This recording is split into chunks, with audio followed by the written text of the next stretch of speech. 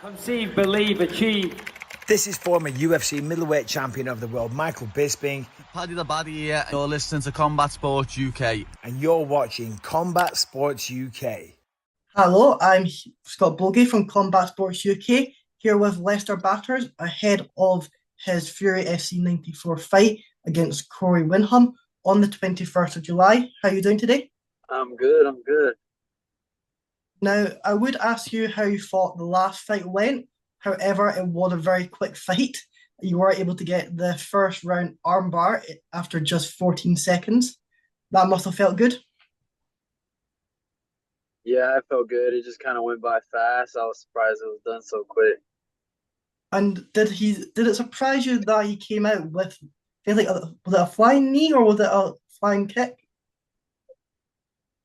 It was like a flying sidekick. Yeah. I mean, it was definitely surprising. It's hard to plan for someone to come out like that. You know, you might think like they come out with an overhand or come out with a shot or something, but sidekick, you don't see that too often.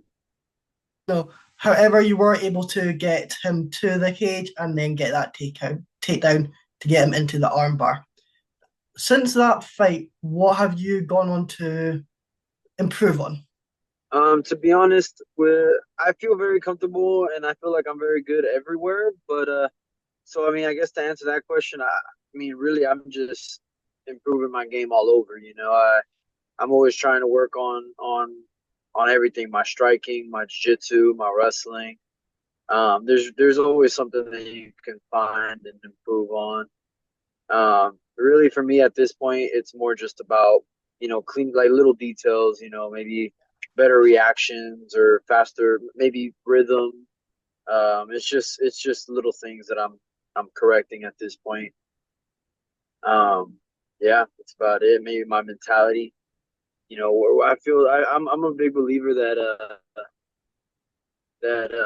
where your head's at will be a big dictator in how you perform. So for me, a lot of things especially at this point, I pretty much know what I'm doing anywhere. There's not too many positions that you can put me in and I'm lost. It's more just about where my head's at. So. And what weaknesses have you seen from Koery that you're looking to take advantage of?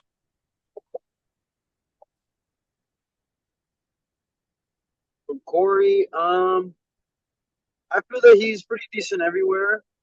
For me, I would look to try and honestly, I think that I'm better than him everywhere. So I don't necessarily like to go into fights with a specific game plan. I also like to visualize, let's say if we get to a cage wrestling, so I visualizing what I'll do there. Once I get him to the ground, I visualize with submissions, but I don't necessarily have like a set game plan. For me, it's more just I go with where the fight takes me. If he manages to stop my shot, then fuck it, we're gonna strike, we're gonna bang. You know what I mean? I'm gonna knock him out there. If I take him down, then I'll definitely be able to submit this guy. I would say, I mean, there's not too much that we really were able to see on him. We're able to see that he keeps his range. He throws a lot of head kicks, teep kicks. Whenever he's down, whenever he's like throwing his hands, his stance changes. He'll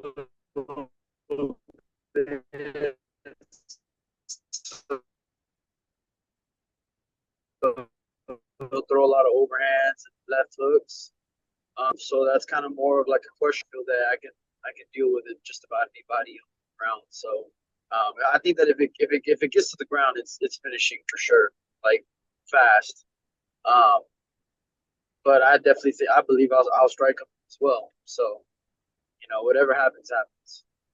And you are from Texas, which is where this event is taking place. Do you feel like that will give you the fan support, considering Koery isn't from Texas? Yes, I think it will. This is my area. I have a lot of supporters and fans. I mean, I have my family out here. I have sponsors out here. I believe that yes, it does give me an advantage just because I have the energy.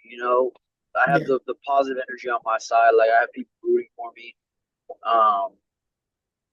Yeah, I mean, it's kind of like what I said earlier with like my mindset, like your mind, and then also like, the energy you have to like be able to, I guess, utilize it. But honestly, even if I fought in places even where the supporters weren't for me. You know what I mean? I fought in Mexico. I fought Yeah. in Serbia, Colombia. I wasn't necessarily like the fan favorite there. I'm the foreigner. I'm the American coming in trying to get beat their guys. So it doesn't really matter. Yes, I'm in the advantage because this is my home turf. But even if it wasn't, even if it wasn't, I'd still come out to win. It doesn't fucking matter to me. Like I will, I'll stand up to anything. You know what I mean? So I'm not even too worried about none of that. I don't even think about it. And speaking about your amateur days, you were obviously the 2022, 2023 Pan American champion. How how was that experience for you, and how did it feel to be able to win those tournaments? Man, the experience was great. I was young still. I think I was 18 or 19 for the first one, the first Pan American, and that was in Mexico. That one, honestly, like I went into it, and yes, of course, I always go into things believing I'm gonna win. But that one was more like I was kind of going. I had no idea what I was getting into. I really I just said fuck it. Like I heard about it. I got offered like, hey, you wanna go out here and you wanna represent, and I was just like, yeah, fuck it, let's go. I'm an amateur. Might as well test myself now. Yeah, I just feel that the experience in itself, man, it was fantastic just because it solidified what it is that I was gonna become. I feel like, especially whenever I won it, it definitely, like, in my subconscious mind, it definitely it just made me really believe, like, oh shit, I got something here, you know. And not to say that I didn't feel that already, because I've been, I wrestled in high school, I fought already at Fury. Um, but yeah, whenever I won that tournament, knowing that, it was against multiple different countries and they're sending, their best guys, um, yeah, it really made me fucking believe it more. And yeah, then whenever I went to Colombia, I had some tough fights. I was able to fight I mean, I fought some good guys. Like, there's one of them ended up now he's in the karate combat. He's doing really well there. And then the hardest one was a Brazilian. Um, Me and him had a scrap. That was probably the first time I had ever been like tested to that level, and I still came off the W. I TKO'd him. So, man, again, like, it's just the experience. I couldn't ask for anything better. I feel like God put that in my path for a reason, yeah. so that I could experience all of those things. But yeah, I mean, honestly, I couldn't ask for anything better. Those are the most badass tournaments I will remember that for the rest of my life. Let me just say that. Even whenever I'm a UFC champion, I will always, have that in the back of my mind of like, yeah, this is where I started, and this is what really solidified what it is that I am. So Yeah. I was grateful for it. And speaking to someone else who have taken the IMAF before, they have said that it does build you up for that professional game. It does put the talent they do have is very good. It's not just like an amateur level. It is that next level. Yeah, they have a lot of very talented fighters there. I mean, especially whenever I went to Serbia, there was guys there that had like over 20 fights, and for as amateurs, that's unheard of, Yeah, especially in the States. Over here, you kind of take, you get like 4, 5, 6 fights as an amateur, and you start, by that time, you're kind of like, all right, go pro. You don't really want to stay in the local scene for that long, just because, you don't want to risk cutting your career short, right? yeah, Like, why would you stay and fight 20 fights, and you're winning? If you're winning, it's like, like, that's, you're just taking damage, or you're just you're holding yourself back, right? That's kind of like the way we look at it over here in the States. But man, over there, like, there's guys that had more experience than a lot of our pros over here in the States. I remember whenever I was in Serbia, there was this. I can't remember. He was I can't remember exactly what country he was from, but he was like a three-time the world IMMAF champ. That was like his third year there, and it's kind of like, bro, like you're winning. You've already won twice. Why aren't you a pro yet? You know what I mean? Yeah. But guys like that, they're having 20 something fights, and then I'm getting to go stand toe to toe with these type of people. So I just know that, like, man, shit, like if I'm going against people that have this type of experience as an amateur, basically pro level guys as an amateur, and I'm doing well, I'm winning, then shit, like, what can anybody else do? You know what I mean? Yeah. And do you feel like going to these countries like Colombia, Serbia, they have prepared you for the big stage? Yeah, 100%. I mean, you got to think, like, I would have never experienced doing any of those things. Like right now, I'm fighting local, so like I'm just at home, just my normal routine, not necessarily changing too much up, and I'm just waking up, going and hopping in the cage here in my city. The IMMAF, it gave me the opportunity to man, I had to, well, one, I had to come out of pocket to go and fight these guys, so it really shows like, man, I'm doing this literally just to go fight. Like, I'm not doing this for money. I'm not doing this for nothing. I'm just going to go fight, just go get some experience. So that's one thing. But man, like I had to literally, I'm packing my stuff, going on a flight, doing things that like are out of my routine. I'm not in a routine. It's like I have my camp here, but then I have to go and completely change things up like a week before the fight happens, and then I have to go build a routine somewhere else that I'm not from. I've never been. So I have to go over there and I have to go and just literally just build a routine for myself so that I can, I guess create my own little bubble of comfort. And then so that whenever it's time for me to go out there and perform, I perform the way I'm supposed to perform. So, man, I mean, for the big stage, like if you think about it, like in the UFC, like that's what I'll be doing. I'm going to be traveling, right, like the days before the fight, and going to have to create my routine over there wherever the hell they send me. So I mean, yeah, that's the best way to prepare for it, is just do it as an amateur. Make your Yeah. mistakes young and not make any mistakes later on. But yeah, so I mean, it was a great experience. And how did this fight against Corey come about? Did you have a few names being discussed? Did Corey's name just come to you, or So I think that with Koery, we kind of already knew that he was going to be the next opponent we fought. Yes, we had some other names, but we kind of like the promoter over here, Eric Garcia for Fury. He had kind of already had sent that name for us like before my last fight, and he was like, "Hey, like after this fight, what are you thinking about this guy?" So we had kind of already had an idea of that we were going to fight him.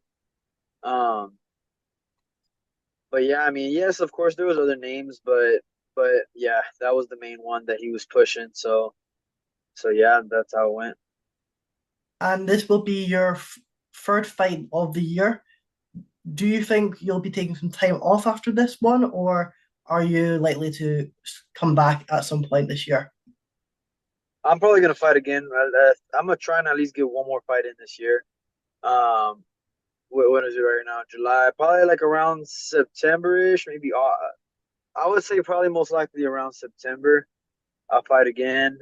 If I can then squeeze another one in before the year ends, we'll see. But yeah, I'm definitely gonna fight again. I'm trying to stay active. For me, I'm trying to just get as many of these in so that I can get to the big show as fast as possible. Exactly. And do you feel like your name is in that hat already? I definitely think so. I mean, I feel that with the way I've been winning and the way I've been proving myself here in the states locally as a pro, and then you got to think of the name I built myself as an amateur. Exactly. So I think that, yeah, I'm already being looked at for sure. Um, I just need to do the job, keep doing what I'm doing, Yeah. finish them fast, and I'll get there.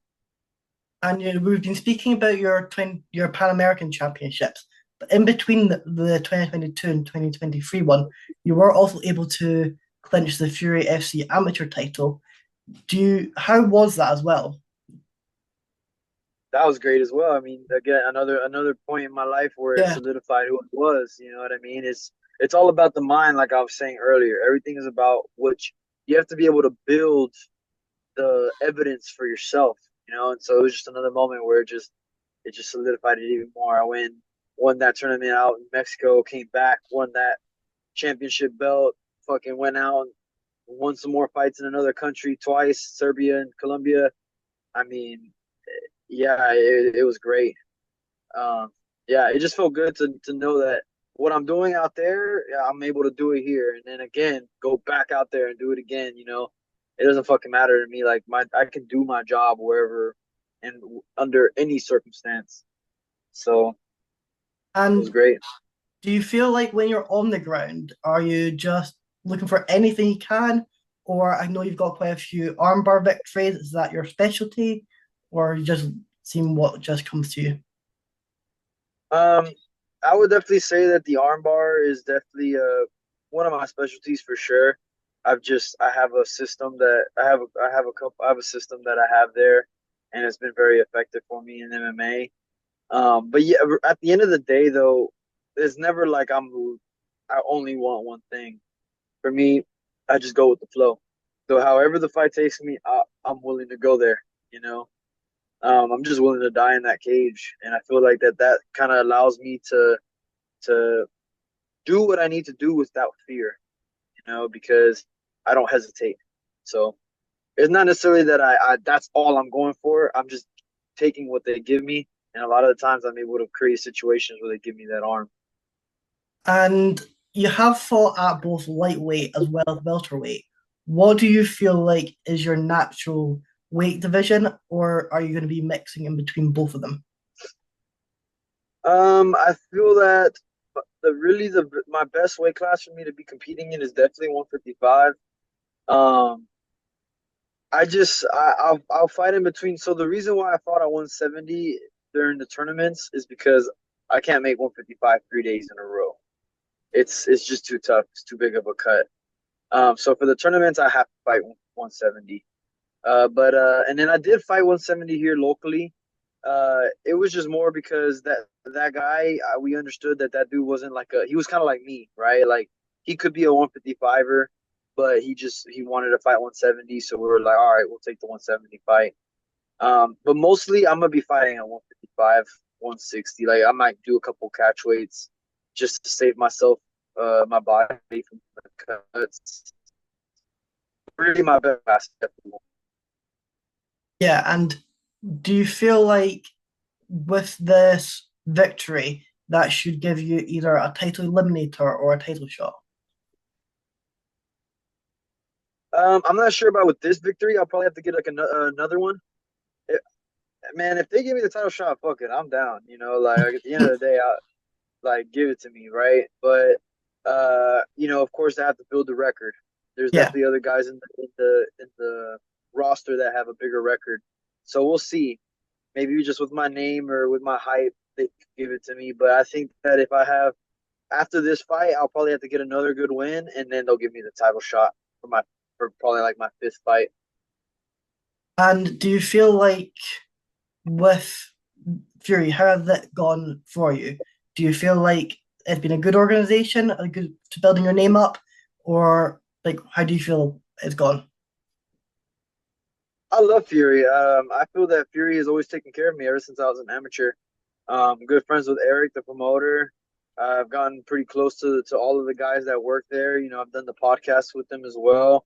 I've known them. I mean, this is my city. Yeah. I've known these guys since I've known a lot of these guys actually since I was young, since whenever I was a kid training. So yeah, I'm happy with them. They've been taking very good care of me, and then I feel that Fury it's a big promotion. It's one of the bigger local promotions that's feeding the UFC. So I'm 100% happy with where I'm at right now. And do you feel like with this fight being on the UFC Fight Pass, that's bringing even more exposure to your name and getting your name out there even further? 100%. I love it when I'm on the UFC Fight Pass. My first fight that I did for Fury, I was on the UFC Fight Pass. Love that experience. It's just great, being able to know, that everybody can see me and see what I can do. Yeah. The second one wasn't on the UFC Fight Pass, but I think they realized real quick that they put this book back on because I had that 14-second win and it wasn't on UFC Fight Pass. So now, I'm going to be fighting again for this fight on the Fight Pass. So yeah, I mean, I love, of course, like how can you not want to be on the UFC Fight Pass? That's where everybody's looking, right? Yeah. So yeah, I love it. Oh, that sounds great. Do you have a prediction for your fight as well as the main event for this event? Not too sure about the main event, but for my prediction, I definitely believe that if I get it to the ground, you're gonna probably see an armbar. I'll tell you that. If we stay standing, I'm gonna probably knock him out. I think that I'll knock him out either with like a barrage of punches, like how I did to the Brazilian in Yeah. Colombia, or I don't know why I feel like I might be able to get a good little head kick on him and just put him out right there with that. So. That's what I'm feeling. If I get it to the ground, armbar, if it stays standing, I think I'm gonna lay him out. Well, I would love to see you get your third consecutive armbar in a row. That would be a sight to see. If you are in the Yeah, If you are in the Texas area around this weekend, make sure you go and get tickets for the event. If you are not able to attend, make sure you watch it on the Fight Pass. It will be a great. Fury does a great events. They're fairly regularly, and there was one last weekend. They are good with producing these events as well. So make sure you check it out. Thank you, Lester, for coming on. It was great to have you. If you're anyone you all want right. to shout out before we go? Yeah, I would love to shout out. Well, one, I want to shout out my Lord and Savior Jesus Christ. I want to shout out my father, my dad. He's my head coach. He's been with me from the beginning. I wouldn't be where I'm at without him. And then all my sponsors. There's Starched KO. They've been taking care of me for a long time, and one of my best sponsors, 100%. TexCon Ready Mix, another one, a sponsor that's been there from the beginning. He's always been supporting me. One of my dad's good friends, actually. So TexCon Concrete, Fuego's Taco Bar, they're associated with TexCon, Tex Lux. Then there's the Kirsch Roofing. That's a company out here in Houston, Texas. They've actually been helping a lot with this storm that just happened. So if anybody's in Houston, Texas, and you need your house inspected, hit up Kirsch Roofing. Then we have who else do we have? Oh, we have Batres Grand Venue. That's my mother's business. So we host like quinceañeras, weddings, parties, big parties, over here in Houston, Texas. So hit them up. And yeah, that's about everybody. That's everybody I want to shout out. It was great having you, and I can't wait to watch your fight this weekend. All right, thank you. You have a good one.